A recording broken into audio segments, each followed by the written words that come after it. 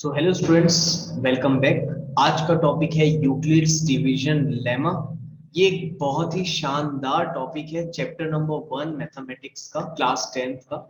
ये एक बहुत ही बढ़िया टॉपिक है, थोड़ा सा हार्ड लेवल पे इसके क्वेश्चंस आपको आरडी शर्मा में भी मिलेंगे। काफी अच्छा टॉपिक, और स्टूडेंट्स के वहां पर ये एक बहुत ही ट्रिकी टॉपिक है, कॉम्प्लिकेटेड बोल सकते हो या कंफ्यूजिंग बोल सकते हो। बहुत सारे बच्चे समझ ही नहीं पाते कि ये यूक्लिड्स डिवीजन लेमा आखिर है क्या। तो चलो, मैं अमन सिद्दीकी आपको ये टॉपिक बहुत ही इजी वे में समझाने के लिए रेडी हूँ। अगर आप चैनल को सब्सक्राइब नहीं किए हैं तो पहले चैनल को सब्सक्राइब कर दीजिए, ताकि जब भी मैं कोई नए टॉपिक में 10th के वीडियो बनाऊं वो आपको सबसे पहले मिल जाए। और अगर आपको वीडियो ऑनेस्टली पसंद आए तो प्लीज अपने फ्रेंड्स के साथ इसको जरूर शेयर करना। होपफुली इस वीडियो के बाद ये टॉपिक में आपको बिल्कुल भी डाउट नहीं रहेगा। तो चलो स्टार्ट करते हैं।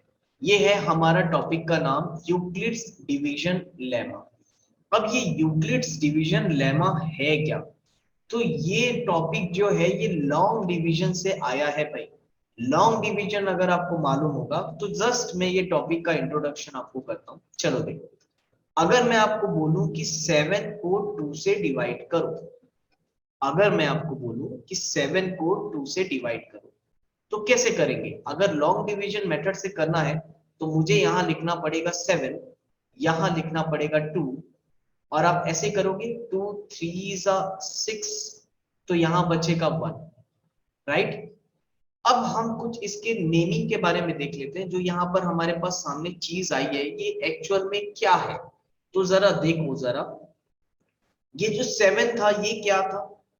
तो ये हमारा था डिविडेंड। क्या था? ये था हमारा डिविडेंड। अच्छा, ये क्या है हमारा? 2 क्या है? 2 इज आवर डिवीजर, तो ये हो गया डिवीजर, राइट। 1 क्या है आपका? 1 1 है आपका रिमाइंडर, तो ये हो गया आपका रिमाइंडर। और ये 3 क्या है? तो ये 3 आपका है क्वोशिएंट, तो ये 3 हो गया आपका क्वोशिएंट। तो हम जब किसी भी नंबर को लॉन्ग डिवीजन से डिवाइड करते हैं तो हम कुछ इस टाइप से करेंगे, जिसमें हमको डिविडेंड मिलता है, डिविडेंड मिलता है, डिवीजर मिलता है, रिमाइंडर मिलता है और क्वोशिएंट मिलता है। अगर मैं इसी को एक नए तरीके से लिखूं, अगर मैं पर्टिकुलर इसी लॉन्ग डिवीजन को कुछ नए तरीके से लिखें तो कैसे लिखेंगे? तो देखो, क्या मैं इसको ऐसा लिख सकता हूं कि dividend is equal to divisor multiply by quotient plus remainder. क्या मैं इसको ऐसा बोल सकता हूं? Dividend is equal to divisor into quotient plus remainder, बोल सकते हैं। चलो उसके पहले हम इसको एक बार चेक भी करके देखते हैं। हमने ऊपर 7 को 2 से डिवाइड किया तो कुछ ये कहानी बन के आई थी। तो एक काम करते हैं, हम इसको चेक करते हैं, जो हमने फॉर्मूला लिखा है क्या वो करेक्ट है? चलो देखोगे, डिविडेंड में क्या लिखा है? 7 must be equal to, divisor क्या है? 2 इंटू क्वोशिएंट क्या है? 3 प्लस रिमाइंडर क्या है? 1। तो अब जरा ध्यान से देखो, अगर मैं इस फॉर्मूले में यहां पर चीजें डाल रहा हूं तो क्या ये हमारे इक्वेशन को सेटिस्फाई कर रहा है? 2 3 6 प्लस 1 7, तो 7 आ रहा है। यानी कि जो हमने यहां पर फॉर्मूला लिखा है, dividend is equal to divisor into quotient plus remainder, ये जो फॉर्मूला है ये हमारा क्या है? 100% करेक्ट। और इसी को हम एक और नाम से भी बोलते हैं। ध्यान से देखो, इसी फॉर्मूले को आप एक और नाम से भी पढ़ोगे, जिसको हम बोलेंगे division, division algorithm, division algorithm. इसी सेम फॉर्मूले को हम डिवीजन एल्गोरिदम भी बोलते हैं। यूक्लिड्स ने क्या किया, इस डिवीजन एल्गोरिदम को बहुत ही स्मार्टली यूज किया है। अब देखो, ये आपके सामने मैंने फॉर्मूला बता दिया कि dividend is equal to divisor into quotient plus remainder. अब आपका यूक्लिड्स डिवीजन लेमा है क्या? चलो फटाक से टॉपिक के ऊपर आ जाते हैं। मैंने बेसिक पढ़ाना था, मैंने अभी बताया आपको। तो हमको पढ़ना है यूक्लिड्स डिवीजन लेमा। अब देखो, एक्चुअल में ये है क्या? तो सबसे पहले डिवीजन एल्गोरिदम से स्टार्ट करते हैं। डिवीजन एल्गोरिदम मैंने बताया कि dividend is equal to divisor into quotient plus remainder होता है। तो यूक्लिड्स को ये सिंबल कुछ पसंद नहीं थे, उसको अपना सिंबल कुछ पसंद था, तो उन्होंने कुछ इस टाइप से लिखा डिविडेंड को।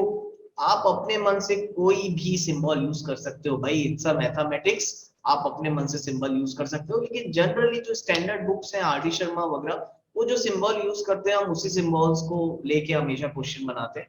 तो हम एक काम करते हैं, डिविडेंड को ए से रिप्रेजेंट कर देते हैं, डिवीजर को बी से करते हैं, क्वोशिएंट को क्यू से करते हैं और रिमाइंडर को आर से करते हैं, क्योंकि जनरली मैक्सिमम बुक्स में इसी सिंबल का यूज करता है, तो हम भी इसी को इस सिंबल से रिप्रेजेंट, इस सिंबल से रिप्रेजेंट करते हैं।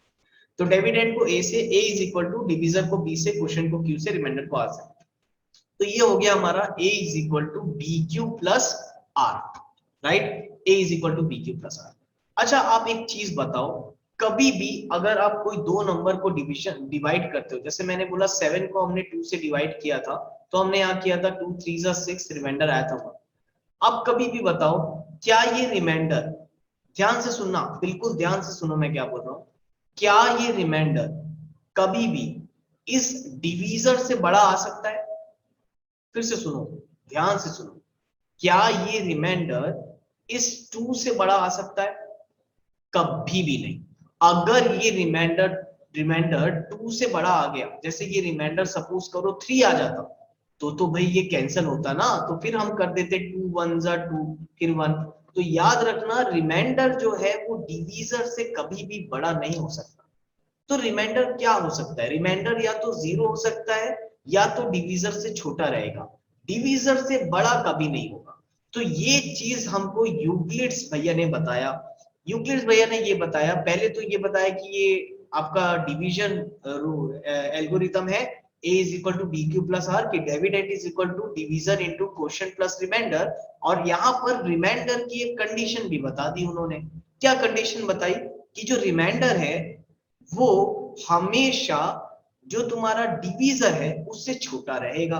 यानी ये जो रिमाइंडर है वो हमेशा लेस देन रहेगा, किससे? इसको ऐसे लिख देते हैं, रिमाइंडर हमेशा लेस देन रहेगा, किससे? डिवीजर से। डिवीजर को हमने किससे रिप्रेजेंट किया है? बी। तो remainder is always less than divisor, और it can be greater than equal to 0। देखो ये कंडीशन को थोड़ा सा समझो, रिमाइंडर हमेशा 0 हो सकता है या तो 0 से बड़ा होगा। ये ग्रेटर देन इक्वल टू का मतलब या तो 0 होगा या तो 0 से बड़ा होगा, लेकिन डिवीजर से छोटा होना चाहिए। तो ये कंडीशन हमको दी यूक्लिड्स ने। किसी भी टर्म को अगर आप डिवाइड करते हो तो इसी को हम डिवीजन एल्गोरिदम बोलते हैं। कोई भी दो नंबर अगर हम डिवाइड कर रहे हैं तो उसका डिवाइड का जो रिजल्ट आएगा, that is a is equal to b q plus r, उसमें जो रिमाइंडर आएगा उसकी कंडीशन ये है कि रिमाइंडर 0 आ सकता है, कोई भी नंबर आ सकता है, लेकिन डिवीजर से छोटा होना चाहिए। अब एक आध और एग्जांपल हम लेके देख लेते हैं। मान के चलो 23 को मैं 2 से डिवाइड करूं, अगर 23 को मैं 2 से डिवाइड करूं तो क्या होगा? सबसे पहले हम करेंगे 2 1 जा 2, तो ये बन गया 0, ये उतरा 3। अब ध्यान से देखो जरा, एकदम ध्यान से देखो, रिमाइंडर 3 है जो कि 2 से बड़ा है, तो ये डिवाइड हो जाएगा, फिर हम करेंगे 2 1 जा 2, तो अब यहाँ रिमाइंडर फाइनली क्या बचा? 1। एक बार रिमाइंडर डिवीजर से छोटा हो जाता है तो उसके बाद हम उसको फर्दर डिवाइड नहीं कर सकते। तो हमको यहां से पता चला कि रिमाइंडर जो है वो हमेशा हमारे डिवीजर से तो छोटा ही आएगा, लेकिन 0 भी आ सकता है। अब 0 कैसे आएगा? अब जैसे 24 को 2 से डिवाइड करने बोलता तो ये आ जाता 2 2 जा 4, तो रिमाइंडर 0। तो हमको पता क्या चला कि रिमाइंडर जो है वो 0 आ सकता है, 1 आ सकता है, लेकिन 2 से तो छोटा ही आएगा। अगर 2 से डिवाइड कर रहे हो तो 2 से छोटा आएगा, 3 से डिवाइड करोगे तो 3 से छोटा आएगा। यानी अगर डिवीजर आपका 3 है तो रिमाइंडर आपका 0 1 2 हो सकता है, लेकिन 3 नहीं होगा। अगर डिवीजर आपका 4 है तो रिमाइंडर 0 भी हो सकता है, 1 भी हो सकता है, 2 भी हो सकता है, 3 भी हो सकता है, लेकिन 4 नहीं होगा, 4 से छोटा ही होगा। अगर आपका डिवीजर 7 है तो आपका रिमाइंडर 0 हो सकता है, 1 2 3 4 5 6 कुछ भी हो सकता है, लेकिन 7 से छोटा ही रहेगा। This is known as a Euclid's division lemma. और इससे रिलेटेड एक एक्सीलेंट लेवल पे क्वेश्चंस बनते हैं। तो हम फट से क्वेश्चन की तरफ आते हैं ताकि मैं इसको और अच्छे से आपको समझा पाऊं। यूक्लिड्स डिवीजन लेमा को जब तक आप क्वेश्चन में अप्लाई नहीं करोगे ना, आपका वो थिंकिंग पावर नहीं बढ़ पाएगा इसके लिए। तो क्वेश्चन में अप्लाई करना बहुत ज्यादा जरूरी है इसको। चलो फट से हम इसको क्वेश्चन में अप्लाई करके देखते हैं। हमारा यहाँ कुछ एग्जाम्पल दिया है, ये एनसीईआरटी की बुक है बाय द वे। तो मैं आपको इजी सा एग्जांपल लेके बताता हूं। जैसे ये फर्स्ट क्वेश्चन बहुत इजी दिया हुआ है। देखो क्या दिया है, show that every positive even integer, देखो ध्यान से पढ़ना है आपको, show that every positive even integer is of the form 2q and that of every positive odd integer is of the form 2q plus 1। हमको ये प्रूव करना है कि हर एक even positive even integer 2q के फॉर्म में रहना चाहिए और हर एक positive odd integer 2q plus 1 के फॉर्म में रहना चाहिए। अब हम ये कैसे बताएंगे? तो ये क्वेश्चन है आपका, क्वेश्चन को देख के समझ में आ जाता है कि वो यूक्लिड्स डिवीजन लेमा का क्वेश्चन है। कैसे समझोगे? तो देखो समझना कुछ ऐसा है, हमने अभी पढ़ा a is equal to b q plus r. भाई ये है हमारा division algorithm, Euclid's division lemma जिससे बनता है a is equal to b q plus r. अब ध्यान से देखो इसको और जरा इसको आपस में कंपेयर करके देखो, इसको और इसको आपस में कंपेयर करके देखो।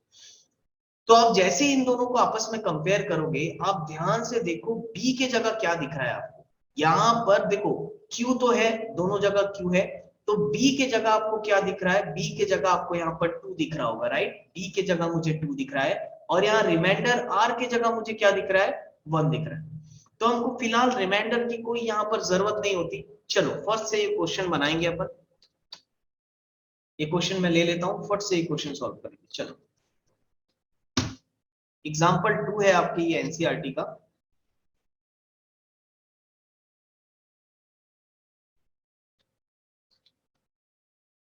सुपर फास्ट स्पीड से बनाएंगे। चलो देखो, अब जैसे ही मैंने ये क्वेश्चन पढ़ा कि मुझे हर एक इवन पॉजिटिव इंटीजर को 2q के फॉर्म में लाना है और हर एक ऑड इंटीजर को 2q प्लस 1 के फॉर्म में लाना है, क्वेश्चन पढ़ के मुझे पता चल गया कि ये यूक्लिड्स डिवीजन लेमा का क्वेश्चन है। तो सबसे पहले आप क्या करोगे, सॉल्यूशन में आप लिख दो, एक स्टेटमेंट लिख दो कि बाय यूक्लिड्स डिवीजन लेमा। आप सबसे पहले लिख दो बाय यूक्लिड्स डिवीजन लेमा। अब यूक्लिड्स डिवीजन लेमा लिखने के बाद उसका फॉर्मूला लिख लो, a is equal to b q plus r. इतना आपको लिखना है, ध्यान दो, इतना आपको लिखना है, a is equal to b q plus r. और रिमाइंडर की कंडीशन हमने देखी है कि remainder greater than equal to 0 होना चाहिए, लेकिन लेस देन होना चाहिए किससे? डिवीजर b से, राइट? लेस देन होगा किससे? डिवीजर b से। ये आपको सबसे पहले लिख लेना है, चाहे यूक्लिड्स का कोई भी क्वेश्चन आए, सबसे पहली स्टेट लाइन आप यही लिखोगे। ठीक है, पहले मैंने a is equal to b q plus r और मैंने रिमाइंडर की कंडीशन लिख दी। अब जरा क्वेश्चन को ध्यान से देखो, अगर आप क्वेश्चन को ध्यान से देखोगे और इस इक्वेशन को हम अगर इससे कंपेयर करेंगे तो हमको यहां पर b के जगह क्या दिख रहा है? हमको एक चीज देखनी है कि हमको डिवीजर के जगह क्या दिख रहा है। तो ध्यान से बताओ, आपको डिवीजर के जगह क्या दिख रहा है? क्या आपको b के जगह 2 नजर आ रहा है? 2q, यहां पर भी 2q, यानी हमको b के जगह क्या नजर आ रहा है? 2। तो हम क्वेश्चन की स्टार्टिंग बस b से ही करते हैं। आपको क्वेश्चन को पढ़ के सिर्फ b पहचानना है, बाकी क्वेश्चन ऑटोमेटिकली आपसे बन जाएगा। चलो देखो जल्दी से देखते हैं फटाफट। तो हमको यहाँ पता चल गया कि जो हमारा b है भाई वो क्या है? वो है 2। तो हम यहाँ ले लेंगे कि let b is equal to 2, यानी कि डिवीजर को मैंने एज्यूम कर लिया, let my divisor is equal to 2। तो बताओ क्या आएगा? तो क्या यही आएगा, a is equal to 2q plus r। बताओ b के जगह अब मैं 2 रखूंगा क्योंकि b को 2 एज्यूम किया है, तो क्या हो जाएगा? a is equal to 2q plus r, right है बिल्कुल। उसके बाद ध्यान से देखो, रिमाइंडर की भी कंडीशन हमको लिखनी पड़ेगी। कि remainder greater than equal to 0 है लेकिन लेस देन बी है। अब बताओ बी को आपने क्या एज्यूम किया है 2, तो रिमाइंडर क्या होगा लेस देन 2। अब आप बताओ कोई भी नंबर लेस देन 2 का मतलब मेरे यहां पर कितने रिमाइंडर्स आ सकते हैं? जल्दी से बताओ सोच के, मुझे मालूम है आप सोच रहे होंगे। जल्दी बताओ कि रिमाइंडर इसमें कौन कौन से आ सकते हैं, बताओ। एक रिमाइंडर 0 आ सकता है, राइट, क्योंकि ग्रेटर देन इक्वल टू 0 तो 0 तो आ ही सकता है। 1 आ सकता है, रिमाइंडर हमारा 1 भी आ सकता है। अच्छा बताओ क्या रिमाइंडर 2 आएगा? नहीं आएगा। क्यों नहीं आएगा? क्योंकि लेस देन 2 बोला है। ध्यान से देखो यहाँ इक्वल टू नहीं लगा है, यहाँ इक्वल टू नहीं लगा है, तो रिमाइंडर 2 नहीं आएगा। तो हमारे रिमाइंडर 2 आ सकते हैं, या तो 0 आ सकता है या तो 1 आ सकता है। और बेटा यही तो कंडीशन है, हमको पता करना था बी क्या है, हमने बी पता कर लिया कि बी 2 है, तो हमको वहां से रिमाइंडर की दो कंडीशन मिल गई कि हमारा जो रिमाइंडर है वो 1 भी हो सकता है और हमारा रिमाइंडर 2 भी हो सकता है। अब ध्यान से सुनो, यहां तक तो आपको अच्छे से समझ में आ गया हो। अब जैसे ही आपको रिमाइंडर मिलेंगे, जितने भी रिमाइंडर मिलेंगे हमको उतने केसेस बना के क्वेश्चन को सॉल्व करना होता है। अब जैसे मुझे रिमाइंडर मिल गया 1 और 2, तो सबसे पहले मैं लिखूंगा केस नंबर 1। Case number 1। अब केस नंबर 1 आप जैसे ही लिखते हो आपको पुट करना है your remainder is equal to 1। First case में मैं सेलेक्ट कर रहा हूं कि अगर मेरा रिमाइंडर 1 होता तो क्या होता। ठीक है, तो एक मिनट सॉरी, रिमाइंडर में मैं यहां पर लिखना भूल गया। ग्रेटर देन इक्वल टू 0 है तो बेटा 0 भी आएगा, 1 भी आएगा और 2 तो आएगा नहीं, तो 0 और 1 है ना, 0 और 1, सॉरी है मैं 1 और 2 थोड़ा सा मिस्टेक हो गया था, 0 और 1, क्योंकि ग्रेटर देन इक्वल टू 0 है तो एक तो 0 आएगा और एक 1 आएगा, 2 तो आ नहीं सकता, तो 0 और 1। तो केस नंबर 1 में आप सबसे पहले रिमाइंडर क्या लोगे? आप रिमाइंडर एज्यूम करोगे let r is equal to 0। ठीक है, अब जैसे ही आप r इक्वल टू 0 लिखते हो, आप बताओ आपका a क्या बन जाएगा? अब ध्यान से बताओ, ये है आपका a, ध्यान से देखो ये है आपका a। तो बताओ अगर मैं रिमाइंडर को 0 ले लूं तो a क्या आ जाएगा? a is equal to 2q। बताओ आ गया, क्या आ गया हमारा? a is equal to 2q। अब बेटा पहले ये बताओ ये q क्या है? ये q हमारा क्वोशिएंट है, और ये क्वोशिएंट कोई भी इंटीजर हो सकता है। ये जो हमारा क्वोशिएंट है ये कोई भी इंटीजर हो सकता है। अब तुम बताओ मुझे, किसी भी इंटीजर को, इंटीजर क्या होता है? 1 2 3 4 5 6 0 -1 -2 -3, ये सारे इंटीजर्स है। अब तुम बताओ किसी भी इंटीजर को, इसमें से किसी भी इंटीजर को अगर मैं 2 से मल्टीप्लाई कर दूं, इनमें से किसी भी इंटीजर को अगर मैं 2 से मल्टीप्लाई कर दूं, तो क्या वो नंबर हमेशा इवन नंबर आएगा? 100% चेक करो यहां पर। अगर मैं 0 को 2 से मल्टीप्लाई करूं तो 0, 1 को 2 से मल्टीप्लाई करूं तो 2, 2 को 2 से मल्टीप्लाई करूं तो 4, 3 को 2 से मल्टीप्लाई करूंगा तो 6, 4 को 2 से मल्टीप्लाई करोगे तो कितना आ जाएगा? 8, 5 को 2 से मल्टीप्लाई करोगे तो कितना आ जाएगा? 10। अब याद रखो कि अगर हम इंटीजर को 2 से मल्टीप्लाई करेंगे तो हमेशा हमारा कैसा आएगा? Even number. किसी भी इंटीजर को अगर आप 2 से मल्टीप्लाई करते हो तो ये नंबर हमेशा क्या कहलाएगा? Always even. क्योंकि अगर 2 से आप किसी भी इंटीजर को मल्टीप्लाई कर रहे हो तो हमारा हमेशा कैसा आता है? Always even. तो देखो यही तो हमको प्रूफ करने बोला था, जरा ध्यान से क्वेश्चन को पढ़ो, क्या बोला था? Show that every positive even integer, हर एक पॉजिटिव इवन इंटीजर किस फॉर्म में होना चाहिए? 2q के फॉर्म में होना चाहिए। तो देखो हमारा आ गया यहाँ a is equal to 2q, हमने प्रूफ किया जब हमने रिमाइंडर को 0 रखा, और जो कि हमेशा कैसा रहेगा? It is always even.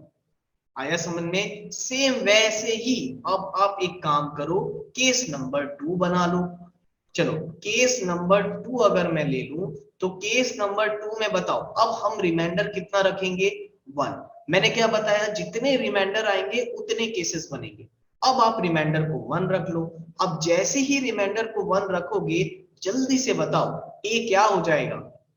ए ये है हमारा, तो ए हो जाएगा 2q+1। ए क्या हो जाएगा हमारा 2q+1। अब देखो ऑलरेडी मैंने प्रूव किया था कि a is equal to 2q हमेशा इवन इंटीजर आएगा। अब बताओ अगर किसी भी इवन नंबर में, ध्यान से सोच सुनना मैं क्या बोलूं, ध्यान से, किसी भी इवन नंबर में अगर मैं 1 ऐड कर दूं तो क्या वो हमेशा ऑड बन जाएगा। एग्जांपल के लिए जैसे 2 के साथ मैं 1 ऐड करता हूं तो 2+1 3, 4 के साथ मैं 1 ऐड करता हूं तो 4+1 5, 6 के साथ मैं 1 ऐड करता हूं तो 6+1 7, ऐसे मैं 10 के साथ 1 ऐड करता हूं तो 10+1 11। यानी किसी भी इवन नंबर के साथ अगर +1 आप कर दोगे तो it will become always odd. यानी कि अगर इवन के साथ मैं +1 कर दूं तो it will become always odd. यही तो प्रूफ करने बोला था, ध्यान से देखो, यही प्रूफ करने बोला था। देखो देखो क्या बोला है, show that every positive odd integer, हर एक पॉजिटिव ऑड इंटीजर किस फॉर्म में होना चाहिए, 2q+1 के फॉर्म में होना चाहिए। तो ये मैंने प्रूफ कर दिया कि a is equal to 2q+1 जो है वो हमेशा कैसा रहेगा, it is always odd, right. तो इस टाइप से यूक्लिड्स के क्वेश्चन को सॉल्व किया जाता है। इसमें दो चीज मुझे प्रूफ करने बोली थी, मैंने केस 1 और केस 2 दोनों केसेस में दोनों चीजों को प्रूफ कर दिया। अब ये क्वेश्चन बनाने का आपको कम से कम 2 से 3 मार्क्स मिल सकता है, ठीक है। तो that is very important. Hopefully Euclid's division lemma थोड़ा बहुत आपको अब अच्छे से समझ में आने लगेगा। ये टॉपिक बेटा एक ऐसा टॉपिक है जिसकी जितनी प्रैक्टिस करोगे उतना अच्छे से आपको ये आना चालू हो जाएगा, उतने अच्छे से आप इसको अच्छे से नए नए प्रॉब्लम सॉल्व कर सकते हो। चलो एक क्वेश्चन इसका फटाक से हम और करेंगे ना, इसका एक क्वेश्चन और करते हैं।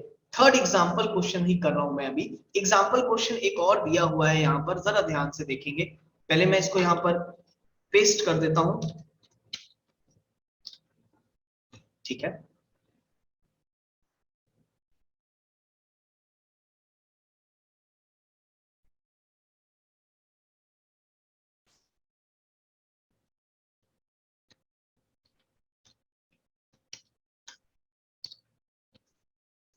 चलो फटाफट बिल्कुल फुल स्पीड से इसको भी सॉल्व करेंगे।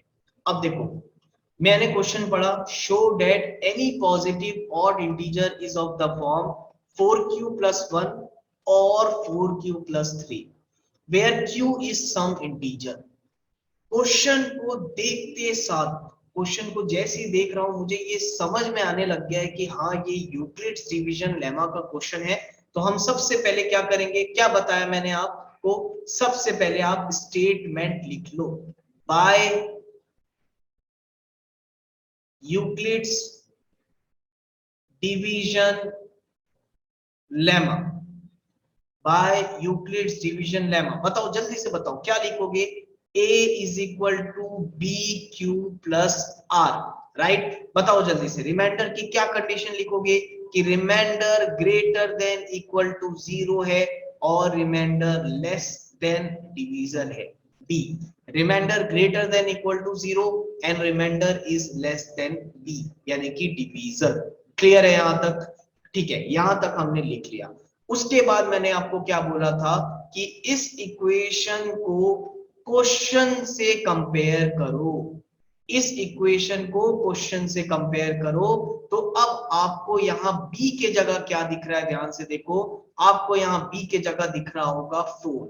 अब जैसे ही आपको b के जगह 4 दिख रहा है, अब हम यहां पर एज्यूम करेंगे let b is equal to 4, क्योंकि मैंने इसको कंपेयर किया, मुझे q का कोफिशिएंट जो कि डिवीजर है, मुझे b 4 दिख रहा था तो मैंने b एज्यूम कर लिया 4।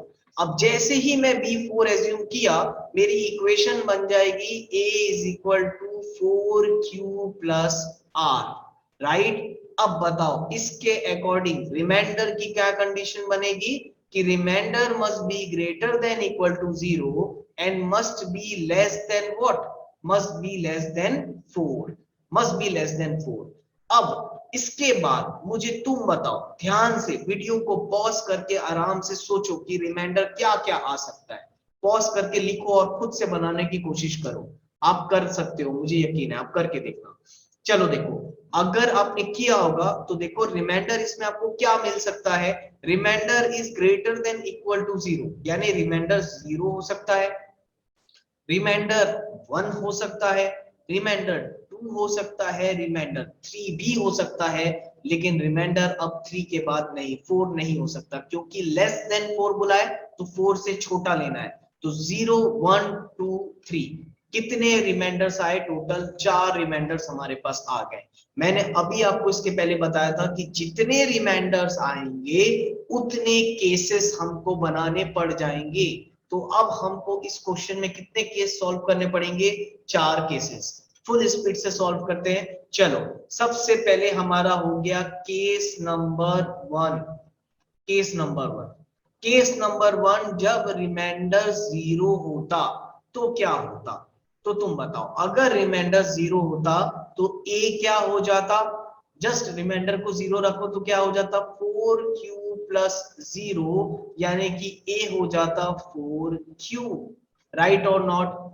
ठीक, अब हमने इसके पहले वाले एग्जांपल में प्रूव किया है कि कोई भी इवन इंटीजर अगर होगा तो वो हमेशा 2q के फॉर्म में आना चाहिए, और कोई भी ऑड होगा तो वो हमेशा 2q प्लस वन के फॉर्म में आना चाहिए। 2q इज ऑलवेज इवन और 2q plus one is always odd. ये हमको दो कंडीशन एग्जांपल वन से मिल गई थी, तो हम उसका यूज करेंगे। अब ये हमेशा इवन होगा और ये हमेशा ऑड होगा। तो चलो हम देखते हैं कि क्वेश्चन में क्या प्रूफ करने बोला, एक बार क्वेश्चन को पढ़ लेते हैं। Show that any positive odd integer, बोल रहा है कोई भी पॉजिटिव ऑड इंटीजर इस फॉर्म में होना चाहिए, या तो 4q प्लस वन के फॉर्म में होना चाहिए या 4q प्लस थ्री के फॉर्म में होना चाहिए। फटाक से करते हैं, जल्दी आ जाओ। चलो देखो प्रूफ करेंगे। केस नंबर वन में हमारा आया है a is equal to 4q। अब तुम बताओ मुझे जल्दी से, a is equal to 4q को क्या मैं ऐसा लिख सकता हूं, a is equal to 2 into 2q। सोचो सोचो पहले, अगर a is equal to 4q है तो क्या मैं a is equal to 2 into 2q लिख सकता हूं, 4 को मैंने 2 इंटू 2 लिख दिया। अच्छा बताओ, तुम बताओ, अगर q कोई भी इंटीजर है, q can be any integer, तो ये जो 2q है ये भी कोई भी इंटीजर हो सकता है, राइट और नॉट। अगर q कोई भी इंटीजर है तो टू इंटीजर से अगर 2 का मल्टीप्लाई करोगे तो भी इंटीजर ही आना है। ऑफ कोर्स 1 से 2 को मल्टीप्लाई करो, 3 से 2 को मल्टीप्लाई करो, 10 से 2 को मल्टीप्लाई करो, किसी भी इंटीजर को 2 से मल्टीप्लाई करोगे तो you will again get an integer, right. तो यानी कि मैं इस 2q को भी कोई भी इंटीजर बोल सकता हूं। तो मैं इसको एज्यूम कर लेता हूं, let 2q is equal to m। मैंने एज्यूम कर लिया let 2q is equal to m। It can be any integer, m can be any integer, कुछ भी हो सकता है, हमको कोई मतलब नहीं, m can be any integer, ठीक है।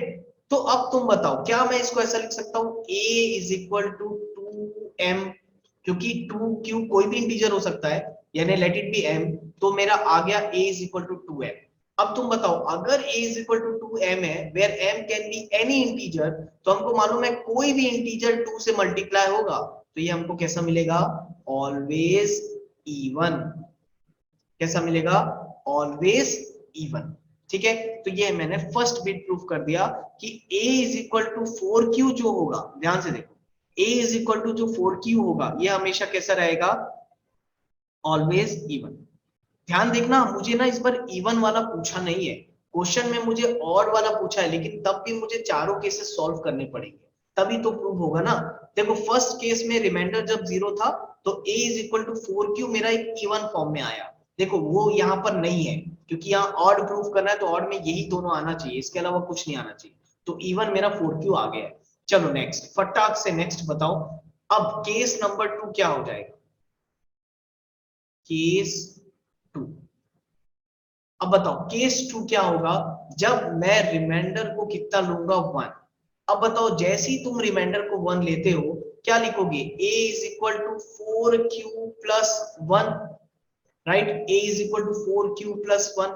अब तुम ध्यान से बताओ, क्या मैं इस 4q को, क्या मैं इस 4q को लिख सकता हूं, it is 2 into 2q plus 1, और अभी मैंने आपको ऊपर समझाया था इस 2 क्यूब को मैं m एज्यूम कर लूंगा, तो इसको मैं क्या लिख सकता हूँ 2m+1। और आपको मालूम है 2m+1 अगर कभी भी कोई फॉर्मेट में आता है तो इट इज ऑलवेज